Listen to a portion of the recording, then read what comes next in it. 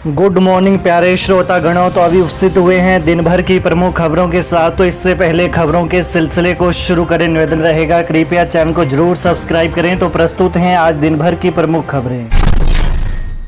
बिलासपुर गोलीकांड शूटर मुहैया कराने वाला 5वां आरोपी मल्ली भी गिरफ्तार। बिलासपुर कोर्ट के बाहर हुए गोलीकांड में पुलिस ने पिछले कल रात को 5वें आरोपी मल्ली को गरामोड़ा से गिरफ्तार किया।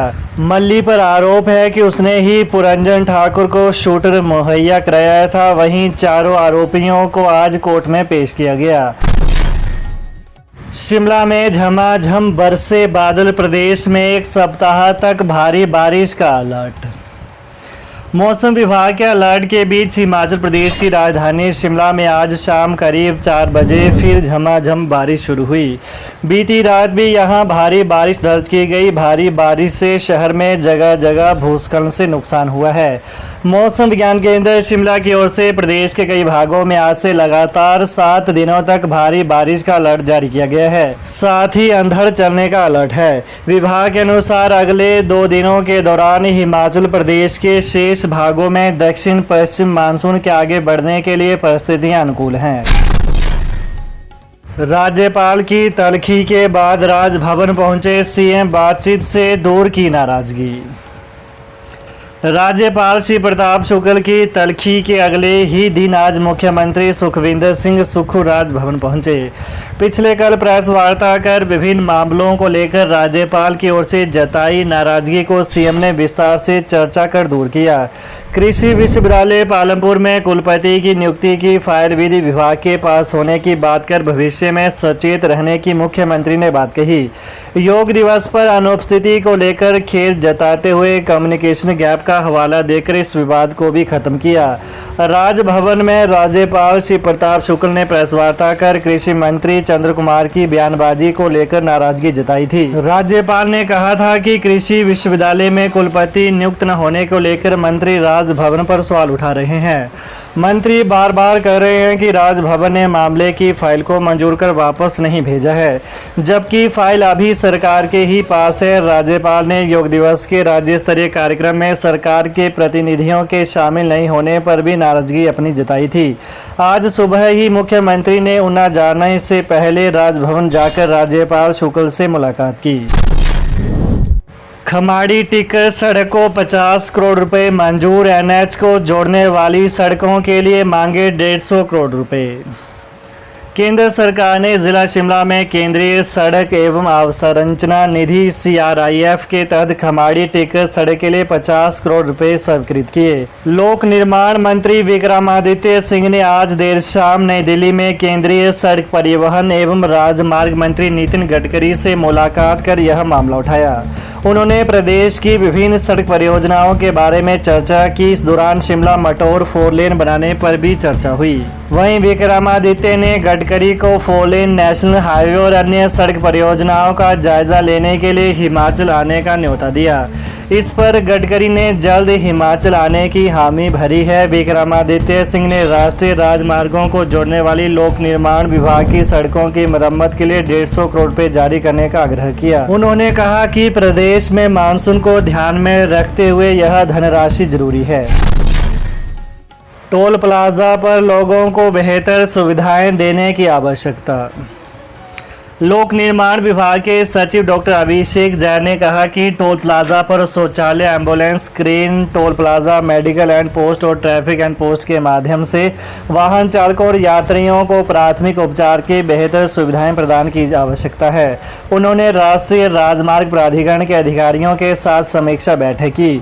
उन्होंने अधिकारियों को समय समय पर इन पोस्ट का निरीक्षण कर इसकी रिपोर्ट प्रदेश सरकार को भेजना सुनिश्चित करने के निर्देश दिए। उन्होंने कहा कि टोल प्लाजा कर्मचारी नेम प्लेट व वर्दी में रहना सुनिश्चित करें। कहा कि हिमाचल भौगोलिक दृष्टि से संवेदनशील है, इसलिए प्राधिकरण को 4 लेन के लिए पहाड़ियों का कटान वैज्ञानिक तरीके से करना सुनिश्चित करना चाहिए। हिमाचल स्कूल शिक्षा बोर्ड हर वर्ष सितंबर माह में लेगा विशेष अंक सुधार परीक्षा। हिमाचल प्रदेश स्कूल शिक्षा बोर्ड हर वर्ष सितंबर माह में विशेष अंक सुधार परीक्षा का आयोजन करेगा। इस परीक्षा के लिए 1 जुलाई से अभ्यर्थी एसओएस संस्थानों के माध्यम से ऑनलाइन आवेदन कर सकेंगे। इस दौरान एक अभ्यर्थी को अपने अंकों में सुधार करने के 3 अलग अलग मौके दिए जाएंगे, जिसके लिए फीस का शेड्यूल भी अलग अलग रहेगा। यह बात बोर्ड मुख्यालय में स्कूल शिक्षा बोर्ड के सचिव डॉक्टर मेजर विशाल शर्मा ने एक प्रेस वार्ता के दौरान कही। 1 जुलाई को लागू होंगे यह 3 नए कानून, गृह मंत्रालय ने जारी किए निर्देश। केंद्रीय गृह मंत्रालय ने देश भर में 1 जुलाई से न्याय केंद्रित 3 नए कानून लागू होने से पहले सभी राज्यों के साथ हिमाचल को भी उचित दिशा निर्देश दिए हैं।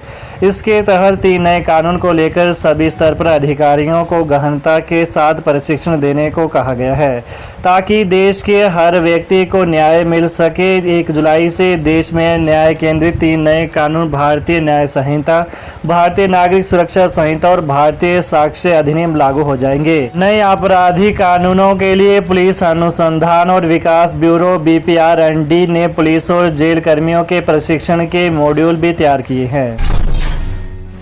कमलेश पर सवाल उठाने वालों को अनुराग में क्यों नहीं दिखता परिवारवाद। शिक्षा मंत्री रोहित ठाकुर और पंचायती राज मंत्री अनिरुद्ध सिंह ने कहा कि देहरा से कांग्रेस प्रत्याशी कमलेश ठाकुर पर सवाल उठाने वालों को 5 बार के सांसद अनुराग ठाकुर में परिवारवाद क्यों नहीं दिखता है। कैबिनेट मंत्रियों ने कहा कि देहरा में हार देखकर बौखलाहट में भाजपा नेता नापसना बयान दे रहे हैं। कहा कि जहां तक मुख्यमंत्री की धर्मपत्नी के चुनाव लड़ने का सवाल है, तो मुख्यमंत्री स्वयं कह चुके हैं कि वो व्यक्तिगत रूप से इस पक्ष में नहीं थे, लेकिन कांग्रेस हाईकमान ने अपने सर्वेक्षण के बाद उनकी धर्मपत्नी को ही सबसे सक्षम उम्मीदवार मानकर टिकट दिया है। राजीव बिंदल और अन्य भाजपा नेताओं को याद रखना चाहिए कि पूर्व मुख्यमंत्री प्रेम कुमार धूमल के बेटे अनुराग ठाकुर 5वीं बार सांसद बने हैं। रोहित ठाकुर और अनिरुद्ध सिंह ने नेता विपक्ष जयराम ठाकुर और प्रदेश भाजपा अध्यक्ष डॉक्टर राजीव बिंदल पर काल्पनिक दुनिया में रहकर सरकार बनाने के दावे करने का आरोप लगाया। सिपाही भर्ती के लिए शैक्षणिक योग्यता जमा दो, सहायक अधीक्षक के लिए कुछ भी नहीं। हिमाचल प्रदेश सरकार के कारागार एवं सुधारात्मक सेवाएं विभाग के भर्ती और पदोन्नति नियमों के तहत सिपाही भर्ती के लिए न्यूनतम शैक्षणिक योग्यता जमा 2 तय की गई है, जबकि सहायक अधीक्षक जेल पद पर पदोन्नति के लिए कोई शैक्षणिक योग्यता निर्धारित नहीं की गई है। कारागार विभाग में मुख्य वार्डर की पदोन्नति सहायक अधीक्षक जेल के पद पर होती है। सहायक अधीक्षक जेल पद पर 2 प्रकार से पदोन्नति दी जा रही है। सीएम सुक्खू ने अघलोर में किया सौर ऊर्जा प्रोजेक्ट का शिलान्यास, साइट का किया निरीक्षण। ऊना जिला के कुटलैहड़ विधानसभा क्षेत्र में उपचुनावों के बाद पहली बार दौरे पर पहुंचे मुख्यमंत्री सुखविंदर सिंह सुक्खू विकास कार्यों के प्रति काफ़ी सजग दिखे।